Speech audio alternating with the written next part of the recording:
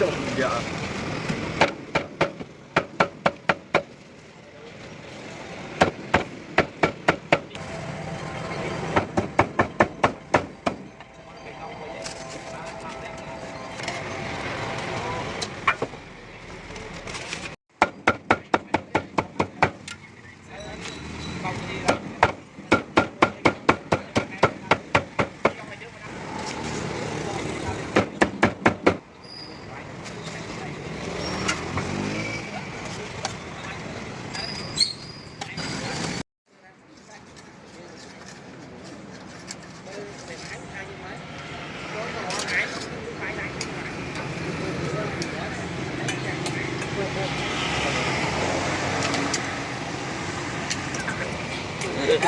Cũng chọc được một mà chứ.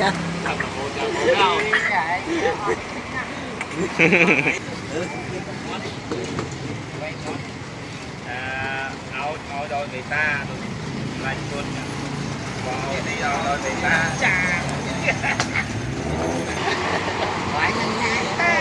Mẹ luôn không? Mẹ luôn không?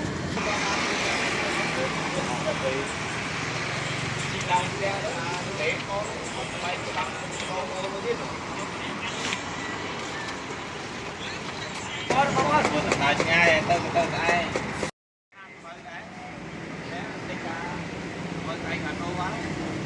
cái gì này chính là mặt bà nội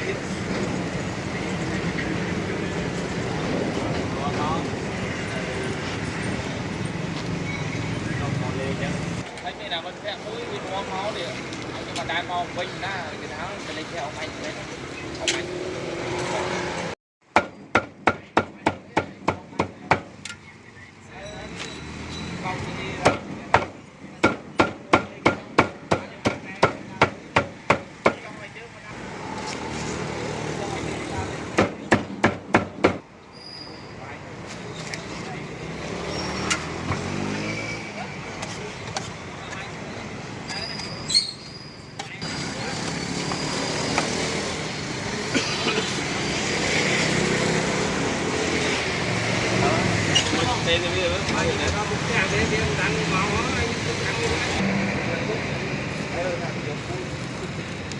Được phục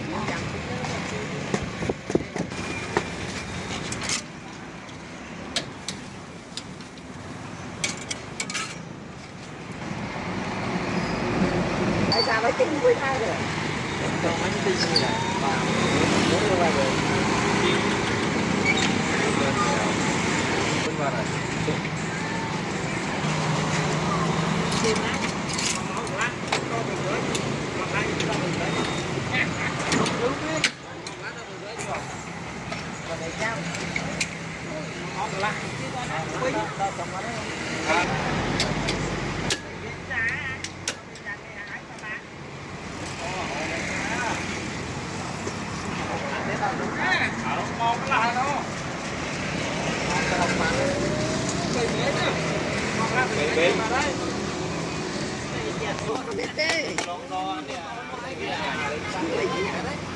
đây cái nó ra lại thì tha một trong các học lên đây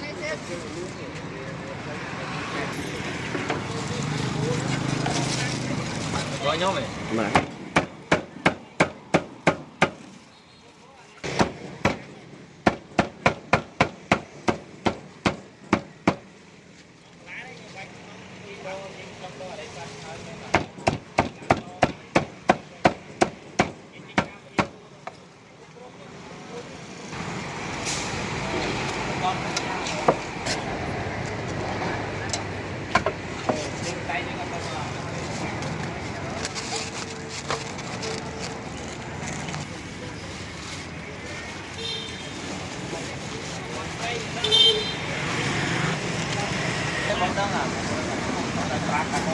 đi buồn buồn tính nó mềm lên đặt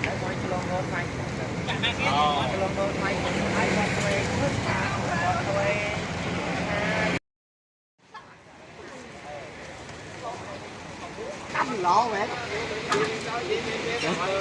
đó cắm lỗ đấy đó có cắm lỗ đấy đó chủ anh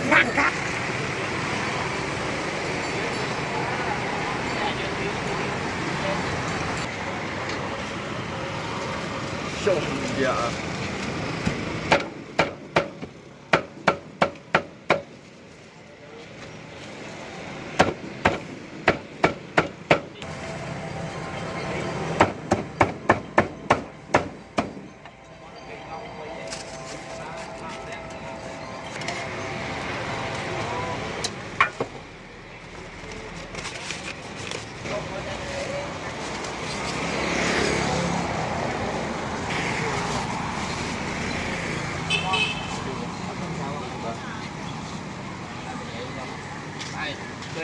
Đó là cái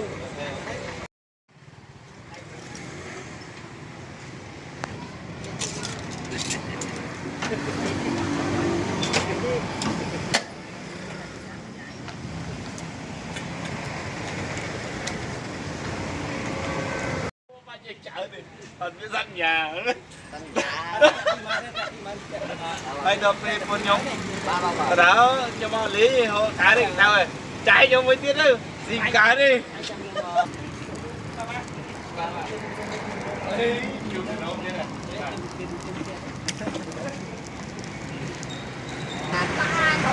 Một.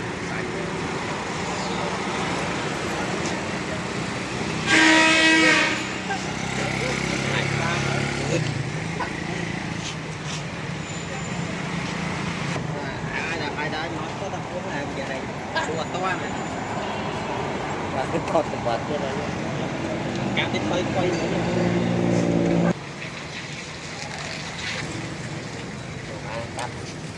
giá đó bọn